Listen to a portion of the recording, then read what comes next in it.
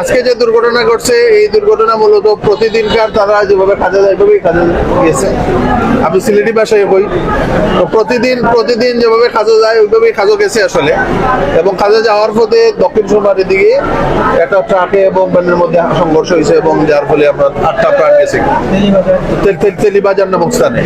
তো সামগ্রিকভাবে আমরা খবর লওয়ার চেষ্টা করছি, যখন ফয়লেও দেখছি মনের মধ্যে খুব কষ্ট লাগছে।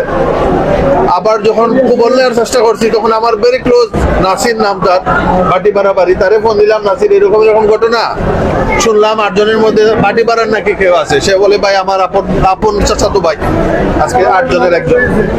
এছাড়াও আরেকজন ভাই কোমর ভেঙে গেছে, একজন মহিলা পর্যন্ত এখানে মারা গেছে, 2জন মহিলা মারা গেছে। সামগ্রিকভাবে আসলে আমরা এখানে যে বাজার আছি এই শোকে কাতর হয়ে এই দুর্ঘটনা শুনেই অনেকে আছে আসলে দেখার জন্য।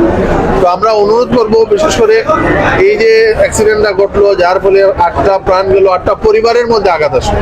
তো আমরা অনুরোধ করব যারা প্রভাবশালী মানুষ আছেন, জনপ্রতিনিধি আছেন, সরকারের দৃষ্টি আকর্ষণ করব যাতে করে এই ক্ষতিগ্রস্ত ফ্যামিলির পাশে যাতে সরকার দাঁড়ায়।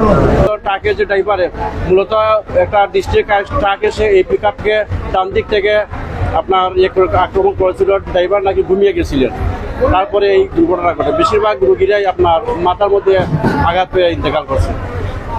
গুরুতর আহত, এর মধ্যে একজন আইসিইউতে ভর্তি আছে এবং বাকিরা ওয়ার্ডে ভর্তি আছে।